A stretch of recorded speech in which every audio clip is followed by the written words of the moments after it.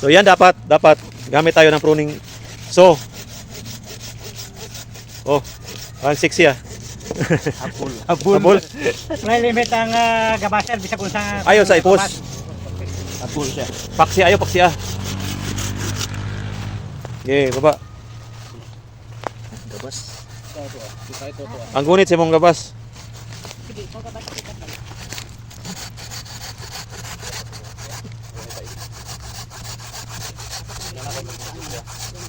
Kanito. Oh, ikaw ma'am. Okay. Isa pa na ikaw handa.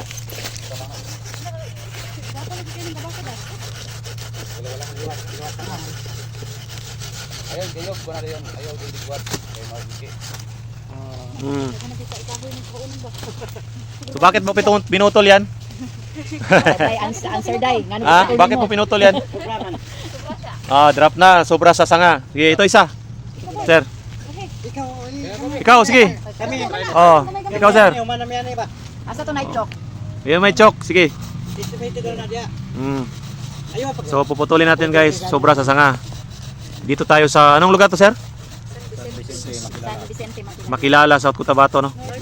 North Cotabato. Ito yung mga veterans. Oh. Ito yung gustong matuto ng pruning. So tinuro natin yung mga types of pruning, alin yung tatanggalin. Kaya dito tayo sa paglalagari, alin yung mga tatanggalin.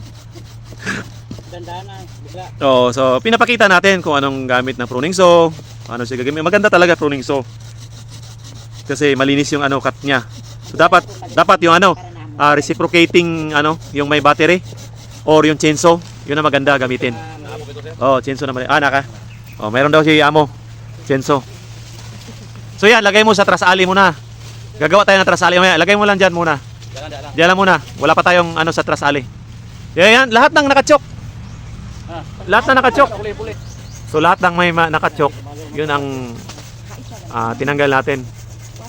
Kasi hindi siya magiging productive pag marami masyadong sanga. So lahat na nakadrop, hindi siya accurate o hindi siya tamang tayo, tinatanggal po natin. Iniiwan natin yung magandang sanga lang. May sa taas pa sir, marami pa yan. Oo. Ituturo natin sa mga farmer kung paano talaga ang pruning. Pruning lesson. Marami pa yan. Lawak ng kakao guys. Oh. Kaya wala lang pruning to. So ito lahat magpo-pruning. Ito lahat may pruning course. Ito lahat po-pruningin. Lahat 4,000 ka puno. So lahat tuturuan natin paano mag-pruning. Paano gamitin ang pruning saw, pruning shear, 7 knife, ganun.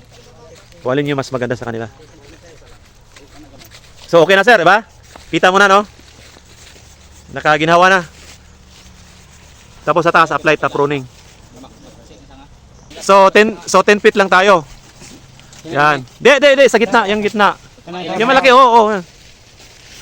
Op, balik mo na mga 3 inches to 6 inches. Oh, yan. Oh, di ba? Kakapagod, no? Dapat pag ganito kalaki, pwede 100, sir. 100, isang puno, no? Reasonable, no? Ayun ang sinasabi ko. Kaya, mayroon kami na discover sa 7 knife. Oh. Ayun ang pinakamahirap, di ba? Hindi siya practical eh. Magkano lang kikitain natin tapos magbabayad ka ng sobrang laki sa pag-pruning.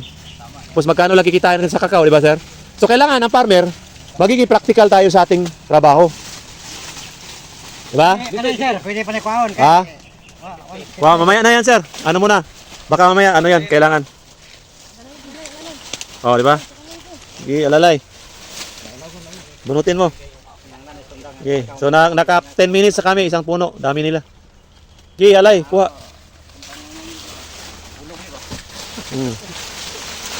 Awa na. Oh, dapat ito trasali. Ito sir, ilagay mo diyan, sir. Sa bakante. Sa nakahilera ng niyog, 'yun ang trasali. Lagay mo diyan, sir. Straight sa niyog.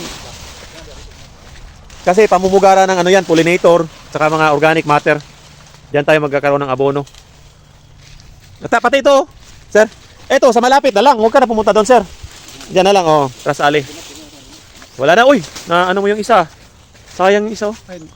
Sangit o Sangit. So hindi pa nga tapos, ang tagal, di ba? Okay.